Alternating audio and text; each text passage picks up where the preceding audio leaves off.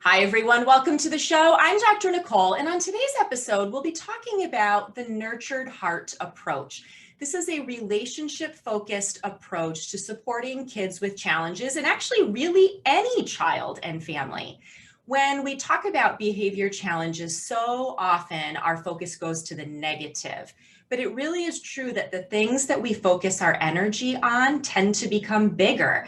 And as you'll hear, that's one of the big reasons why there's a focus on the positive and on greatness in the nurtured heart approach. We want to spotlight positives and focus our relational energy and interactions on the good in ourselves as well as our kids. So to talk with us about this approach and how it has transformed her practice and the families that she works with, I've invited Tammi Van Hollander on the show today. Let me tell you a bit about her. Tammi is a licensed clinical social worker and registered play therapist supervisor. She's spent over 20 years working with children, families, and individuals. Her work and creative interventions in the field of play therapy have been published and internationally recognized. Tammi is the author of a multi-sensory attachment-based children's book titled Casey's Greatness Wings, Teaching Mindfulness, Connection, and Courage to Children. The success of the book inspired her to create Casey's Greatness Sticks and Greatness Cards to be used in schools, counseling, and in the home.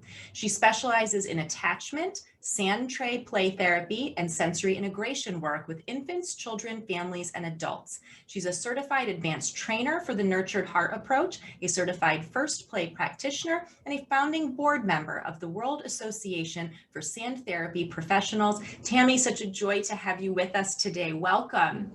Thank you, Nicole. I am so thrilled to be here. So we've not covered the nurtured heart approach on the show before, but I thought, oh, it is about time. And then I was introduced to you through a colleague, and I thought I need to get you on here to talk about this because I so want my community and my listeners to hear about really what I think is such a profoundly important and beneficial approach, and one that you have spent so much time learning about and implementing. So I think let's start by just framing the conversation by having you share what is the nurtured heart approach. So the nurtured heart approach, it's an attachment-based relationship approach. And what I love the most about this training is that it was the same training for parents, teachers, and clinicians. We all went through the same training. And it's really based on how are we energizing kids' greatness? How are we taking kids' intensity?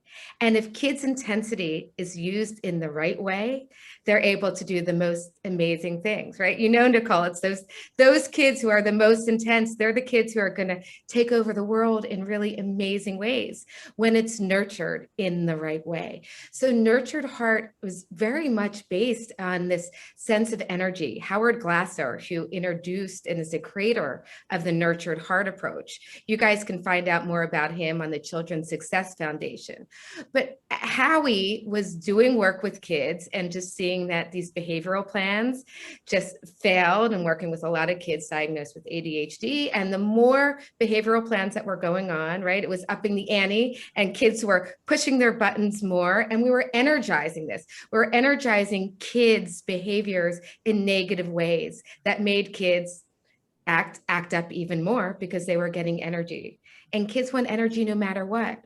So why not take this energy of success rather than the negativity? I mean, you know, Nicole, that when a child pushes your buttons and there is a big reaction, the balance of that energy compared to a parent saying, "Good job, I'm so proud of you," you can't even compare. But how can we actually give these big recognitions where they are as exciting and, you know, filling that whole body? We call it inner wealth in the nurtured heart approach, where they're able to use that intensity in positive ways. And it's really based on these three stands. Should I talk a little bit about the three stands? Or? Yeah, let's get into that. I just want to, I want to pause and spotlight something that you said. You know, you said that Howard Glasser was working with kids with challenges. You mentioned ADHD. I think also kids with things like oppositional defiant disorder, kids on the spectrum, like kids with a whole realm of these diagnoses that typically people go, oh my gosh, those are really intense kids. And we don't mean intense in a good way there, right? And Right. so what you said there, I just wanted to spotlight that, because I think a lot of people hear intense and they're like, yep, my kid is so intense. And it's sort of this like, oh, this negative intensity. And what you're talking is really a reframing of that and a shifting of our thinking about what it means to be intense, and that intensity can exist on a spectrum, right? And it's sort of like use your powers for good, not evil, like use the intensity for something positive, right? Right. And Howie says these intense kids are not good, they are great. And just spotlighting the gift of these intense kids. I mean, I've been a play therapist for long enough, just knowing that these intense kids are the kids that, right, they crawl into your heart, and you know the greatness. And you, as clinicians, we see the greatness in them, but how are we able to help kids to recognize the greatness, but most importantly, for parents to recognize the greatness? And so much about the nurtured heart approach is really changing the lens. One of my very favorite slides in the training is a white rectangle with a pink dot. And we start off with saying, what do you see? And what everybody sees is the pink dot. And the pink dot is the behavior. And in the white is everything that's going right, everything that's good about the child. But we focus on that dot. I mean, you've heard this over and over again of that piece. We focus so much energy on the dot, and there's so much more going right than going wrong. But that dot just, takes up all of our time. And when we shift the lens, another one of the quotes, Wayne Dyer, he says, when we change the way we look at things, the things we look at change. And that's very much the nurtured heart approach. How are we really changing the lens of how we look at our children? It's awesome. And, I just want to say to those of you listening, especially those of you, if you're in a really difficult season with your kid, in no way are we suggesting that those challenges aren't real, or that, if you just don't focus on them, they'll go away. No, but we are saying that so often, especially in a challenging season, whether it's with a student we have in the classroom or a child we have at home, or, somebody that we're working with in therapy, so much of our focus and energy and attention goes to, as you said, that pink dot, to the problem. And we lose sight of the rest of it. And it's in those moments of the greatest challenges, I think, that it's most important to pan out and be able to see those other things. So I just want to say that, because I know sometimes it's easy for people to sort of have some defensiveness and go, well, you don't know my kid. You don't know how bad this is. You don't know how hard this student, makes the day. It's like, no, we can recognize that there's very real challenges there. And at the same time, reframe our bigger picture perspective. Yeah, absolutely. And especially through the pandemic and being home and what parents have been going through, I see the nurtured heart approach as such a healing model for parents and for teachers, because it's taking the blame off themselves. And so much part of the nurtured heart approach is, how are we helping kids to reset? But how are we helping, most importantly, parents to reset? And we all know neurologically, right, that piece that parents and teachers, we all have to be a calm in their storm. And if we're not, right, that's how kids are getting dysregulated. And as we talk about the different stands, that's how we're really able to be looking at the importance of that stand one is not energizing the negativity and being able to reset ourselves, which is so hard. And there's a lot of work to be done on that piece of, what do we need to do to reset ourselves and to take those deep breaths? Because we know if we're up here and they're up here, it spirals and it's just complete chaos. And kids need us to be their calm. They need us to be the thermostat on the thermometer. That is the most important job that we have, but it takes a lot of work, and it takes a lot of our own self-care to be able to do that, and insight. For sure. So let's talk about those three stands. And we're saying stands, STANDS. I know sometimes people go, wait, what? It's kind of a new term or a new way of thinking about it. You just mentioned the first one, but talk about what are these three stands? These are really the three, like, I think of it as like bedrock principles of nurtured heart approach, right? Absolutely. These are the foundations of the nurtured heart approach. And the nurtured heart approach is all based on different stories that they talk about through each stand, which is just wonderful of ways of being able to incorporate it. You can't do one stand without all three. It just won't work. But the simplicity of the stands, some people may think that nurtured heart approach is this very loving, nurturing, very soft approach. And the nurtured heart approach is really a very much warrior approach to clarity, that is important for people to understand that, oh, this isn't for me, this is too soft, this is too lovey-dovey, but the clarity of it and that piece of it is really important. So stand one is this absolutely no. I will not energize negativity. So your child could be screaming, could be throwing things, and you're not ignoring it. We're not still facing it. We're not ignoring it, but we're not energizing it. We're not reacting to it, which is really hard. What do we need to do? And it's so important for parents and teachers to be so self-aware. We have to be so aware of our triggers, because so many times it's other triggers, right, that are happening, and it has nothing to do with what the child did. So that self-awareness is huge. So that stand one of, I will not energize negativity. So it's being present, but it's not reacting. And stand two is absolutely yes. I will relentlessly find the success in every moment. So I'm sure many of the parents who are listening are saying, there is no way when my child is having a full-blown temper tantrum that there is any success in it.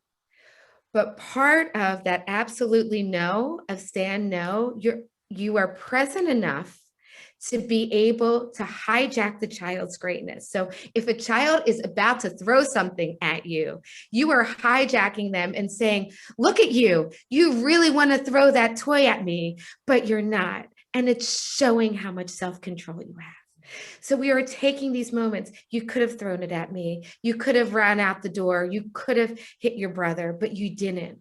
And in these moments, we're giving these recognitions when they feel so out of control. We're giving them that control. Well, you could have done all these other things, but you didn't. So they're like, oh, right, I'm not as out of control as I thought. And stand three, which is a very challenging one, is absolute clarity. I am going to be absolutely clear. You cross a line, we need to reset. So nurtured heart is very much into the here and now. I was just recently in the advanced nurtured heart approach training, and I loved how Howie said that in the word knowing is now, and how we always need to be in the here and now. So part of that stand three is, how are we helping kids to just reset, to regulate, whether it's a breath.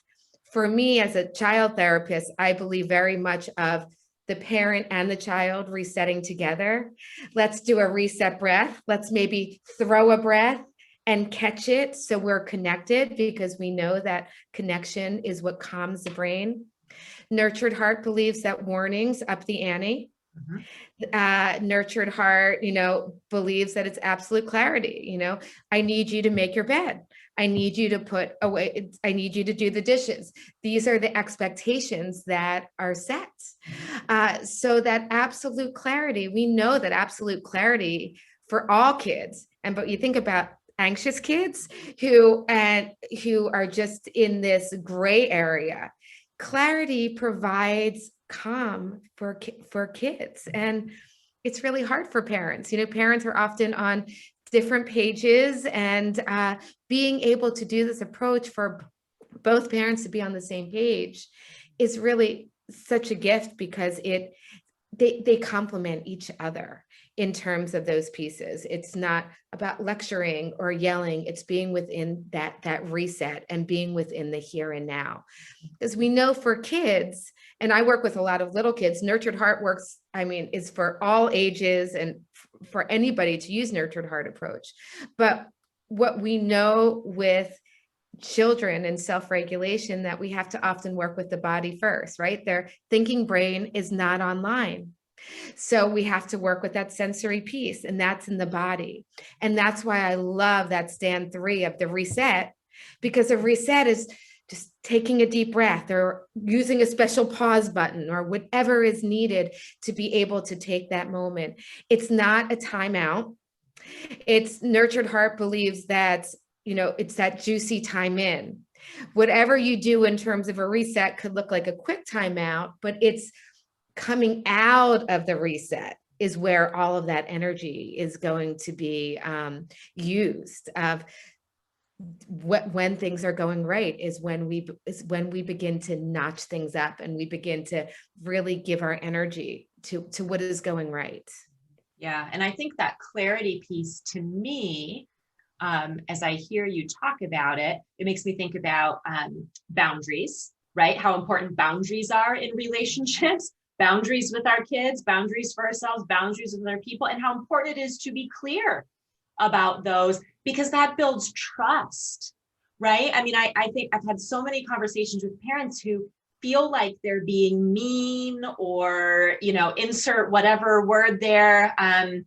If they, set expectations or hold kids to expectations or have clarity around the boundaries. And it's like, actually, it's mean not to, because kids don't know that they don't develop that trust with us. Will you consistently follow through with what you say? Will you consistently expect these things? Will you consistently manage yourself in that way? Like, what are the ground rules here? And can I trust you that those, are going to be clear? And so I think that's just such an important foundational piece relationally for kids that helps them then grow their emotional and behavioral regulation out of being able to trust the adults around them. Absolutely. When I first found out about the Nurtured Heart approach, I was so sick of doing behavioral plans and things just not working, and felt like everybody was just on a different page. But as I learned the Nurtured Heart approach, because I first thought, oh, I'm always done the Nurtured Heart approach, looking at the kids' positives, that's what we do as therapists, and seeing the good in all of them. But Nurtured Heart approach, it's not about catching them being good, right? It's knowing that they are good. It's knowing that they are great. But how it really changed my practice and how it even changed my parenting was the amount of time that I would spend with my clients and with my kids, being this very, very patient, loving mother of listening. My son, he's 18 now, but ADHD, had some depression, and you couldn't get this kid out of the house. He wouldn't move. And I'd sit with him on the step for an hour, and just being this loving kid, knowing like, oh, he has ADHD, he has these things. And once I learned a Nurtured Heart approach, I was like, no, like I was able to I had those tools for myself. I remember one day, he was probably about 8, and we were in the car, and he didn't want to put his shoes on. And we were driving, and I said, and we had to get to the doctor. Said, Aiden, I love how you're putting on your shoes. It's so great. Just so we're not going to be late for the doctors. And he first looked at me like I was crazy. And then he said, I'm not putting on my shoes. But he looked at me and he said, but I am now. And he got so excited. But like those type of things happened all the time. And I have to say, I believe some Nurtured Heart approach, but my son is now 18 and my daughter is 21. And to hear how they relate to their friends, to the people around them, it's just these beautiful recognitions, these words that are so powerful. I mean, Nurtured Heart approach is about these recognitions, right? About kids being seen and kids being heard. As you being the nutritionist, one of the comments with Nurtured Heart approach, Howie Glasser will say that I love you and I'm proud of you is just junk food. For that moment, it feels good, but it doesn't last. It doesn't have nutritional value. But when we're able to give these recognitions of what we see, right? And all the greatness and all these positive things, that's the nutrition, right? That's the kale of it all. And we have to be using this type of juicy language for all ages for it to really be able to sink in, and for them to truly believe it and know that it's true. And that's really about one of the tenets of Nurtured Heart approach, which is to nurture the inner wealth, or to recognize the inner wealth. Can you talk a little bit about that term? Because I think that ties into what you're talking about here, right? Like recognizing the intrinsic inner wealth in kids and helping to foster and grow that. Yeah, absolutely. I mean, part of these recognitions that are done regularly, it's about how are we giving these recognitions when things are going right? Mm-hmm. There's no energy when things are going right. And some parents who are listening may be saying, well, if my kids are playing together, I am not going to go in and do a recognition or they're going to start beating each other up. But I'm telling you, when they are done in a way that is authentic and it's being seen, if it's not authentic, it's not going to work. But if it's really being pointed out in a way of what is going right in a very nurturing way, they're going to begin to do it more. They want your attention, no matter what it is. So use the attention to go that way. You know, part of the nurtured heart approach, they talk about kids' portfolios and this idea of the parents, you know, many parents who are listening may say, you know, all I do is say no, you know, and they're exhausted by saying no. And I do so much parenting work, and this is nurtured heart approach, but I think it's everything is that it's parents are exhausted and it's a no, or it's putting them in a timeout, or it's giving them sticker charts and behavioral plans, but we're not teaching the kids how to do anything differently. So they're not getting any of the tools, they're dysregulated, and they don't have that attachment connection of being seen and heard, that we're there and we're there to go through it with them. So this idea of no is just a nothing. So what are you going to replace it with? So we say no, no, no, and it ups the ante, and they're going to push it. Yes, yes, yes.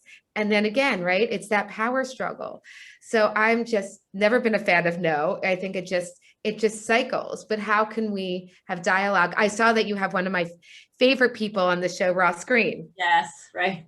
So, you know, Ross Green's collaborative problem solving approach, that piece of it. How are we also problem solving with kids than just giving a no or a sticker chart? Because we just know that they eventually fail. They have to have the skills. That's right. Can you give some examples of a couple of recognitions when you say, like, going in, the kids are playing and you're like, oh, I don't want to jinx that, I'm not going to go in, or you see something that your child is doing? What would be a couple of examples of these recognitions that we would use with kids? Right. So let's say maybe two children are I don't know, maybe they're just even sitting at the dinner table, and like the fact that they're even sitting at the dinner table, and they could even be so loud, right? They could be loud, they could be fighting, or this type of piece of it, but they're having an active conversation. So they're having a lot of energy and excitement. So for one kid who may be really feeling pretty loud at the table about it, it's giving that recognition, like, okay, Julie, I see how passionate you are about the subject. It shows, you know, your resilience and your intensity of a way of really being able to prove your point. You are, you know, you have the greatness of persistence. You know, we're using these big words.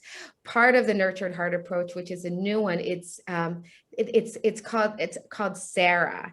And what it is, it's I actually have it down here because they changed it, but it's what I see, hear, and sense about you would be the first one. And what I appreciate about you. So for this one would be for that situation would be, you know, for Sarah would be what I hear, sense, and feel about you is that you have this passion to prove your point with your brother. What it reveals to me is your heart to want to be able to get your point known and to be heard. And what that reveals to me is what a loving, passionate person you are. You are the greatness of persistency. Beautiful.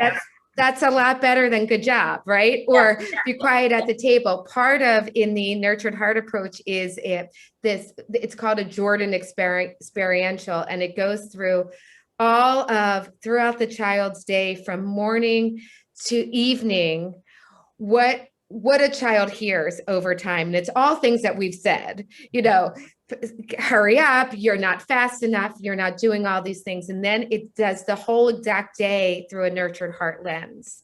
And how are we just looking at things through a different lens? I mean, even a child who has difficulty going to sleep, that's something many parents can relate to. I often say, what's the greatness of that?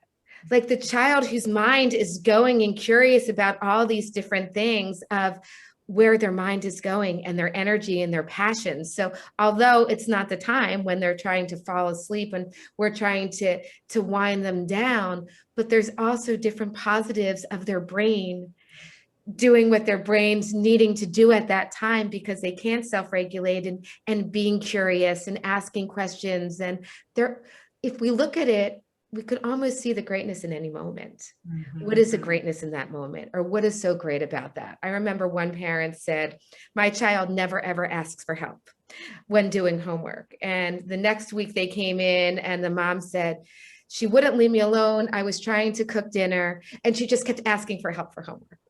So we paused and said, wait a second, this is what you had asked about.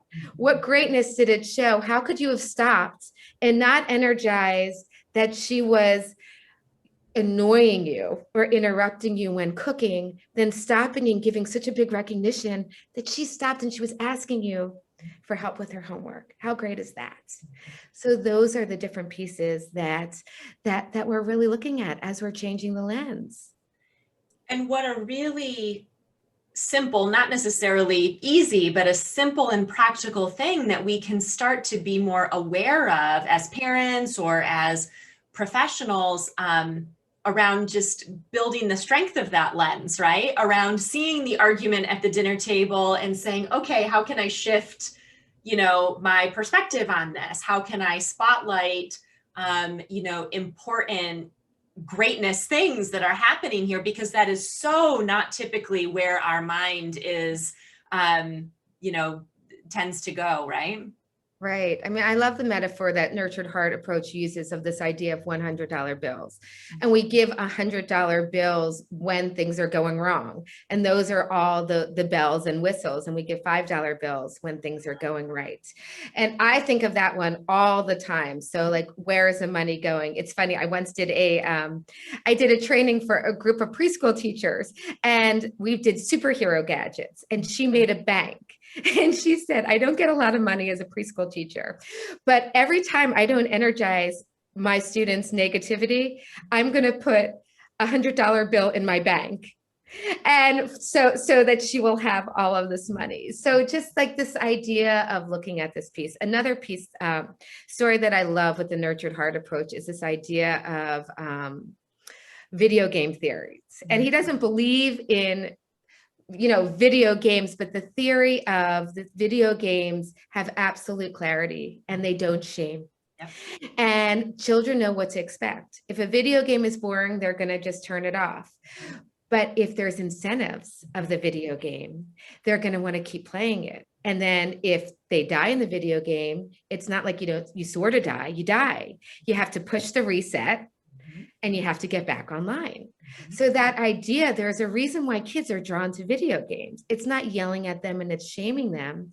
It's giving them these bells and whistles, the stuff that is filling their bucket and exciting them to want to do more and want to do more. And if we're looking at parenting and this lens of like, how are we giving them this energy that they like want to please, they want to do more, they're feeling so good about themselves that it's just shifting the energy of that part of it.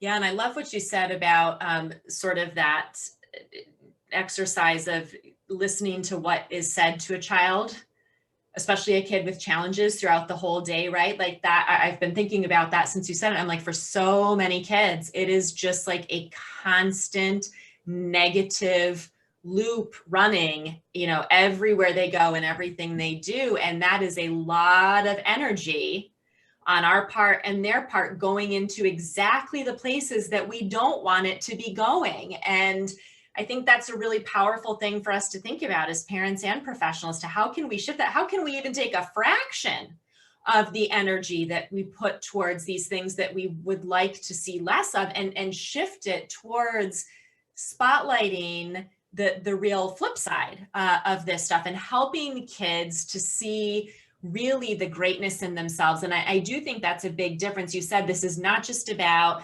spotlighting a positive or saying, oh, good job. This is really about fundamentally shifting the way the child views themselves, right? Viewing themselves as great, because I'll tell you, having worked with so many kids, whether it's in schools or hospital settings or outpatient settings over the years, kids who struggle do not see themselves as having greatness.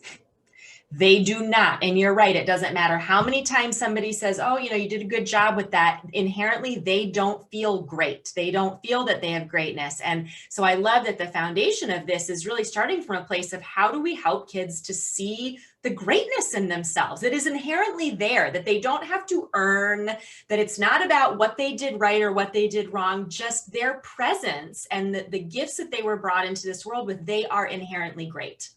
Yeah, absolutely. And when you ask kids to, tell me about your greatness, or what are your greatness qualities, they have no idea. When you ask parents and they just have this list of all the negative. So I'll reframe it.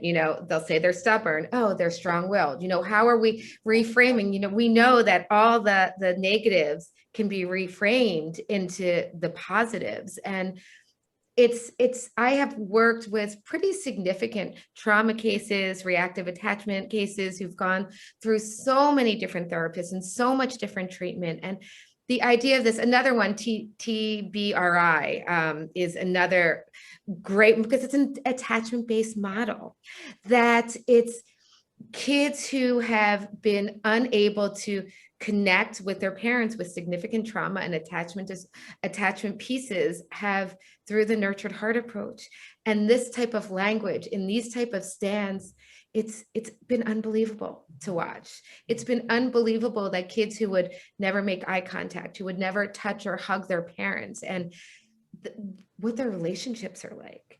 And that the beauty is the authenticity of it.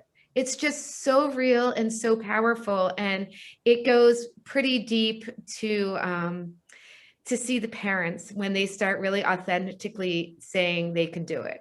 I say, if they can't do it authentically, then you can't do it at all. Like you can't, it has to, it's just like play with that play piece, that it has to be authentic, and it has to be that connection for them. Yeah, because kids will always know when we're just phoning it in. Even the most impaired kids, the youngest kids, they know when it's not coming from a place within us that's genuine. It's so true. Yeah, they will call you out.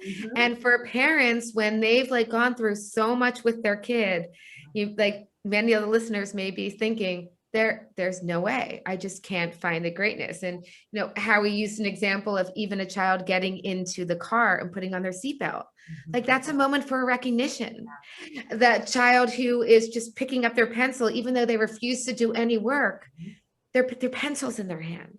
It's these little moments. It's another nurtured heart frame is these molecules, miracles with molecules, instead of mountains out of molehills, and being able to look at these little tiny molecules, and that looking at them as miracles. And for these intense kids who hear no, no, no, and I can't. I mean, as a play therapist, we do a lot of power posing and a lot of resiliency, but my kids and the parents that I work with, I mean, after several sessions, you hear how they're then able to identify themselves, their siblings, and their family members. And it's beautiful. And the earlier we teach this, the better. In the nurtured heart approach, I mean, they have in Head Start programs, these greatness circles of these little kids giving these long recognitions. And it's beautiful. And it just becomes part of their vocabulary. Yeah, I love it. And I just want to point out again, because so many of you have kids maybe with different levels of challenges, different types of diagnoses. This approach has been used across the entire range of not only developmental levels, but also diagnoses and challenges. So, I don't want anybody to walk away thinking, well, for example, my child has a diagnosis of autism, so this isn't for them. No, this is for all kids. And I think that's important. Yeah, absolutely. Yeah, it's for all kids. They just, well, I guess it was a little while ago, but in New Jersey, they had a huge grant in New Jersey, and in all the residentials in New Jersey, the nurtured heart approach was used, and they no longer are doing any restraints. Oh, They've had to do zero restraints. And when we're talking about kids on the autistic spectrum, what's so wonderful about the nurtured heart approach is, right, it's teaching relationship. And it's teaching the resets, that regulatory stuff. It's not going into all this left brain cognitive stuff. You need to do A, B, and C. It's helping that reset. It's helping the connection. And that's the power of the approach. Mm-hmm. Fantastic. I'd love for you to share one or two strategies or one or two things that our listeners could take from this and start putting into practice right away. What's one or two things that you think are powerful starting points?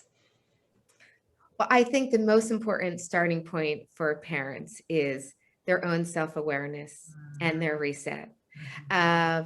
Whether you guys have your own special reset, sometimes I just even put my hand on my heart or even on my wrist to take a deep breath, because we know, right, that breath will quiet our brain, and that there's so much reactivity, right? It's parenting is so much about reactivity, and there's not a lot of time, and being able to, how are we practicing our own resets? There is a wonderful book, Howard Glasser did it, and Melissa Lowenstein, I think we can maybe check it, but it's called Taking a Stand. Okay. And it's a wonderful book. It talks about the brain, nurtured heart, but most importantly, stand 3 of resets. But how, as adults, what do we need to do to have our own resets? And we have to be so aware of our own energy and our own triggers of being able to reset ourselves. And I think that is a really important piece of it. And in that reset, then how important it is. I mean, I'm going to actually use a Dan Siegel, even though we're talking nurtured heart, but is, right, the connect and redirect before that no. And that, connect and redirect is just that piece of it. We're still staying calm and staying in the relationship. We so often, this idea, we're told, so many books will say, ignore a tantrum. Yeah. And I do a lot of my trainings of the still face experiments, the still face experiment, when you go still face and the baby, the limbic system is triggered and the baby starts going nuts. And that we know that when we go still face and when we ignore, the brain goes into that fight or flight. And sometimes as parents, we think, well, it's better to ignore it than to yell. But the child is still having the same type of reactions and still going into that fight, flight, or freeze. So the importance of staying in it. If you're ignoring it, how can you pounce on stand 2? How can you pounce on the positive and see what's going right if you're walking away? Because as a parent, if you're walking away, that kid's going to run right after you, right? Or you're going to shut the door and they're going to pound that door down. So how do we keep that door open? And the importance of staying calm. Kids read, what Howard Glasser will say, kids read energy like it's braille. Yeah. And just staying connected and staying calm and being able to look at that opportunity to change the lens. I mean, it's that relationship piece. If we're not in it and we're not there with them, we're going to lose them. And it's the connection that is really everything. Well, and I'm glad that you mentioned both some practical tips for that as well as a resource, because I think it's so many parents know or have been told, it's important for them to stay calm when their child is not. But then the next question is, okay, but how do I do that, right? And Right. So you provided some helpful strategies for that, and also a great resource with the book of how we can reset ourselves, how we can work on regulating our own emotional and behavioral states, because a lot of adults did not have good modeling for that growing up. There's a lot of adults who have the best of intentions of wanting to be able to take this stand and stay calm and not give their own energy to it, but truly don't know how. And so, I think it's important that you talked about, we need to learn the how of that. Yeah. Yeah. And it takes a lot of practice, right? We Yes. know the brain, we know about neuroplasticity. When we are wired for reactivity, it takes a very long time to change the brain. And this is not just an overnight piece. But once you start doing it, when you authentically begin to change the lens on how you see your child, it's very different. This is a little off nurtured heart approach, but I think it all has to do with it. David Crenshaw, who's a play therapy colleague of mine who I love, he talks about kids that are fawns in gorilla suits. And that when we see kids who are in that fight or flight or who are really reactive, we often respond to them as gorillas because we're scared as well, and it turns into a screaming match. But if you look at your child who is falling apart and screaming and just out of control, and we unzipper that gorilla suit and look at them really as like a deer in headlights, how do we nurture that deer rather than looking at them as a gorilla? I just think it's such a beautiful way to be looking at these, vulnerable kids who just don't have the tools, and they're not pushing your buttons just to push your buttons. I know many parents are saying they are, but kids want to be in connection. They want to be with their parents. They don't want to do all this work, but they don't have the tools. And we have to recognize that piece as well of having the tools. But one of the best tools to quiet the anxious brain is connection. So I say you can read all the books, you can do all those pieces, but it's that connection piece. But the book which is important to note for the nurtured heart approach, is Howie has a whole bunch, but the main one is Transforming the Intense Child workbook. Yeah. And it's really about how are we just honoring and celebrating these kids' intensity. And it's just been completely transformative to my work, to my personal life. And I've just found Nurtured Heart approach to be just such a gift.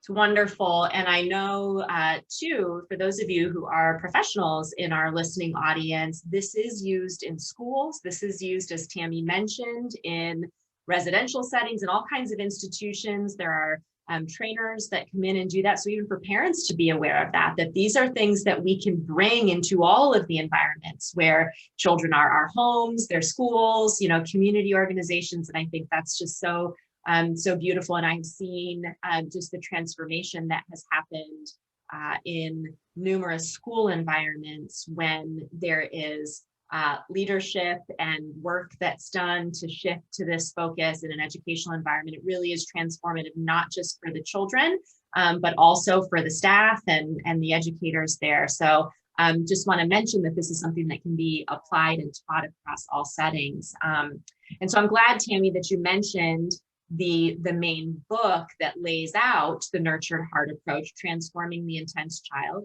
Howard Glasser. I know you also have some resources available. And so I want to make sure that we let our listeners know where they can find out more about you, the work that you're doing. I know you have a book and some other resources too. Right. Well, out of the Nurtured Heart approach came my Casey's Greatness Wings. And since I do attachment-based therapy as well, and I was trained in Janet Courtney's first play in kinesthetic storytelling. So basically within this book, there's also a mindfulness component, but the whole book is actually done on the child's back. So Casey is a butterfly who feels like he's not good enough. Actually, Casey can be a he or she, is gender neutral, and you can change it. And then once Casey is able to find his or her resilience, everything is placed on the back, all of their greatness words. So every time that there is a positive word or a greatness word on here, we do a heart on the back. So it's installing the heart on the back. And then through that came out greatness sticks. And you guys can find out about greatness sticks on mainlineplaytherapy.com, and you could make your own with popsicle sticks. I have these. I'm not sure how much longer I'm going to be making them because they've taken a lot of work. I'm sure. But I get stand tray, but these are, see, they have motivation and wise and mindful. And then since these became so difficult, I came out with greatness cards. And these greatness cards I use for family events, and I take them everywhere with me. And it's how I use them with clients. And even at home. And I actually have a downloadable version, and you could just even do it because I'm still doing telehealth, but they're just all the different words. And you can just pick different words that you see in the child in giving them the recognitions. But how I have parents do it, I think I have like 42 different words of how are they showing this quality. So it's not just, you are loving, you're curious. It's how do they show it, right? Nurtured heart approach is always giving evidence. We're giving evidence to these greatness words. So when we're using any of these type of words, we're teaching that vocabulary, which I believe is so important this is how we teach different vocabulary to kids, and it becomes part of our everyday routine of just using these type of words to really help with that inner wealth piece of it.